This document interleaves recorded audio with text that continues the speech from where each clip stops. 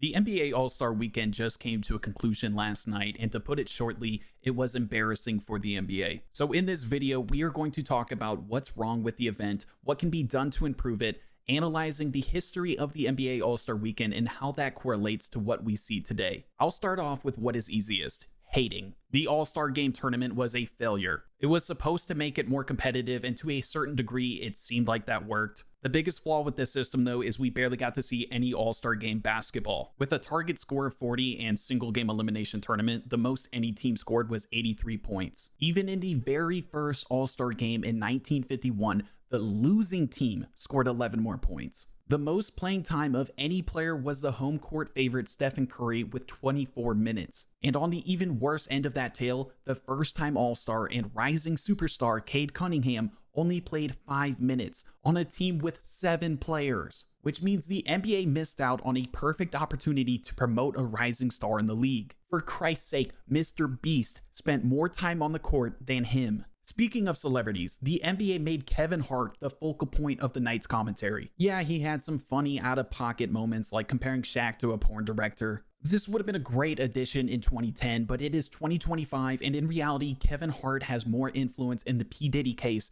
than in the NBA. There are so many more great and relevant guests they could have had. There are newer and funnier comedians, but also considering the young demographic of the NBA, I think it would have been wiser and they would have had better feedback if they brought in an NBA content creator. If you want family friendly, go for someone like King of the Fourth Quarter. You want to do numbers on social media? Go get Flight. There is a long list of names they could have and should have gone with that don't include Kevin Hart. But my point being, the NBA is out of touch with its fan base in 2025, and once again, they shot themselves in the foot. And another big thing I did not like about this year's All-Star Game was the team selection process. What quote-unquote happened was the TNT crew drafted their 3 teams, which conveniently ended up being a team of OGs, young stars, and foreigners. In reality, Shaq, Chuck, and Kenny were doing what they were forced into doing to try to bring hype to the weekend. I think the average IQ person can see right through this scheme, and it made the NBA look corny, and it made the teams uneven. Alright, getting off of the All-Star Game itself, the skills competition started off with Wemby and CP3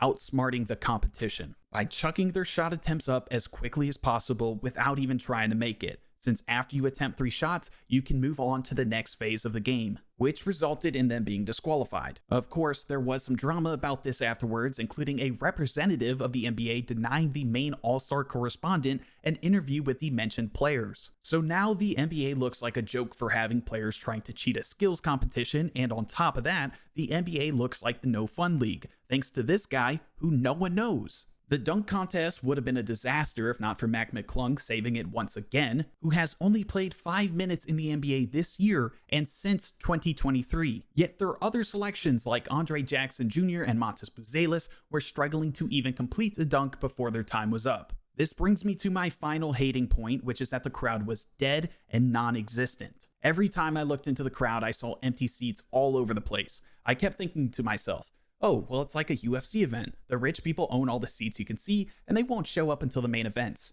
But no, I never saw a packed house at any point, and I watched every event. The official attendance for the All-Star Game was 17,539. It was hosted at Chase Center, which has a seating capacity of 18,064 for basketball events, which would mean they were at 97% capacity. But I find that hard to believe. Regardless of how filled up the arena was, it sounded empty for most of it, which has to do with a major problem in the NBA in general. The real fans cannot afford to get into the arena, but that's a problem for another day. But let's go back in time and analyze the history of the NBA All-Star Weekend. The event was first held in Boston in 1951. It was a huge success for the league and saw attendance like never before. The Slam Dunk Contest was first held by the ABA in 1976. The ABA/NBA merger happened right after, and the NBA held the dunk contest again in 1977, then decided to discontinue it until 1984. For modern standards, the bar was low, but fans loved it. It was one of the highlights of the year that produced iconic photos and lore, and the NBA never turned its back on it again. In 1986, the first three-point contest was created to give the white guys a chance at winning something, and besides some thirsty sponsorship grabs like the Starry Ball, the contest hasn't changed much, and I don't think it needs to. In 1994, the Rising Stars Challenge was added, which started off as only rookies. It eventually became rookies versus second-year players. Then it changed again to include the same experienced players but pitted against each other as Team USA versus Team World. Then once again it changed to a drafting process of rookies and sophomores, which is pretty much as we know it today. And finally, the last main event still existing, the Skills Challenge, was added in 2003. It changes like the weather, and quite honestly, it's a joke. But that's not all I want to cover when it comes to the history of the NBA All-Star Weekend. I think it is very important to take a look at the selection process of NBA All-Stars. From 1951 to 1960, 20 players were selected for the game between 11 teams, meaning on average 1.8 players per team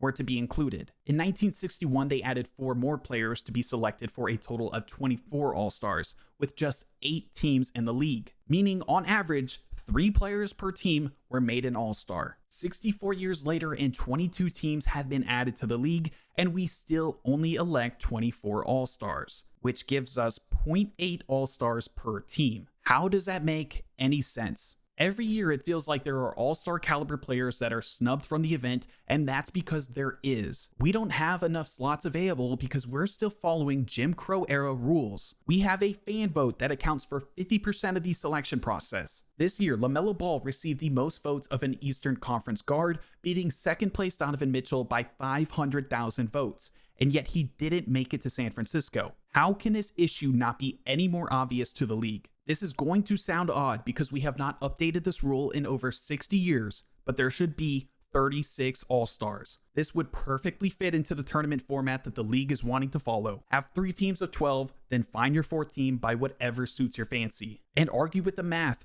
With 30 teams, this would on average give each team 1.2 All-Stars, which is still lower than the original 1.8 All-Stars per team. Even with the upcoming expansion teams, this would still make sense and keep the average above 1 All-Star per team, like the league originally intended, and even enforced until 1973. Although I'm not saying there should have to be an All-Star on every team. And let's think of this from the NBA's perspective.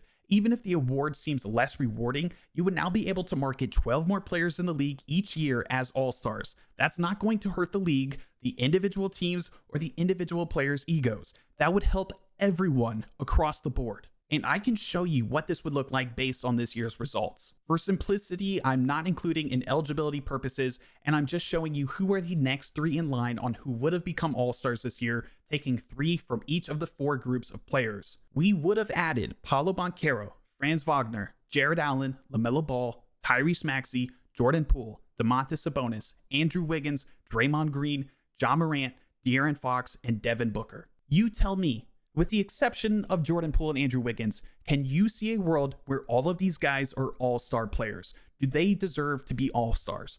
I myself truly think so. Okay, now what can be done to fix All-Star Weekend?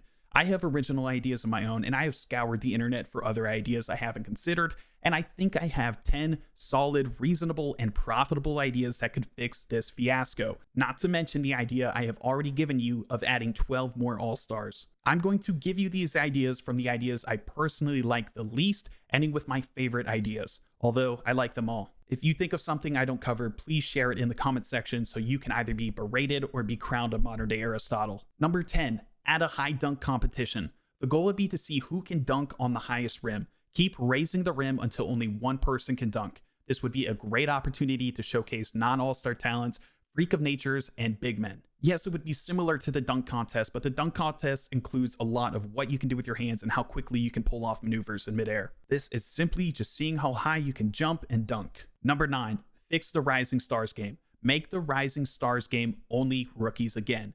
This is how it was originally made, and I think that makes the most sense. By the time a player is a sophomore in the league, if they're going to be a star, they'll be an all-star by now, especially with the 36 all-star format. The last rookie to make an all-star team was Blake Griffin in 2011, and there have only been 25 cases of this ever.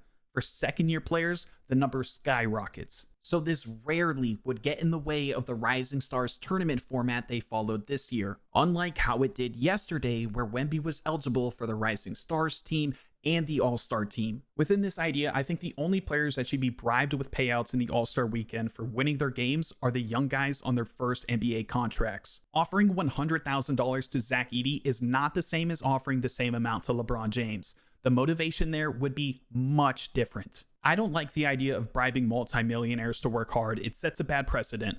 This helps financially support and build a healthy relationship with the rising stars in your league. Number 8, add more dunk contest contestants. 4 is not enough. The NBA dunk contest is one of the highlights of the year, and we only get to see 12 dunks. I think 6 is the perfect number. If you follow the same format, we'd see 18 dunks, a 50% increase. This would also make up for the guys that fail to make their dunks, give more room for error, and make more room for excitement. Number 7. Separate all-star teams by divisions. Divisions in the NBA mean nothing outside of scheduling. Assuming you have 36 all-stars at this point, there are 6 divisions. Put 6 players on each team, give the winningest divisions in each conference a first-round bye, and have a 6-team tournament.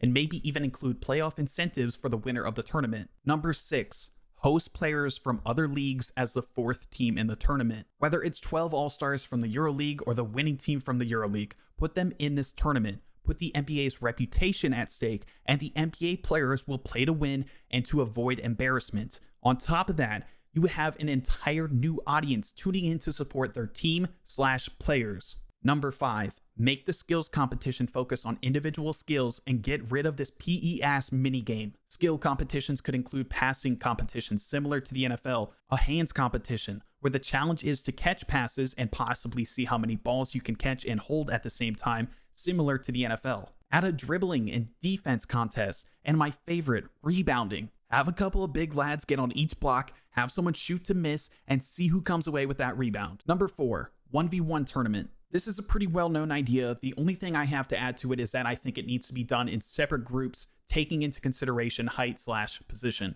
Number 3, keep the tournament format, increase the scoring mark to 75. Hey, geniuses at the NBA, we want to see NBA players play basketball. That is what you provide to us. A scoring mark of 40 is ridiculous and mathematically doesn't make sense. An all-star game has not combined for less than 300 points since 2013. The winning team of the tournament should be expected to hit half of that mark. If you have a 4-team tournament format, the scoring mark should be 75, meaning the winning team would expect to score 150 after both games. If you have a 6-team format, it should be 50. Again, the winning team would have to score 150 to win it all. Number 2, host the All-Star Weekend overseas. American NBA fans are some of the worst fans in the world. The atmosphere sucks. We are spoiled with content and athletic events. Draw in an international crowd. Raise the bar for what a fan section should look like. Develop ties overseas for future teams, all while seeing hype we have never seen before. If Paris saw Mac McClung dunk over IKEA,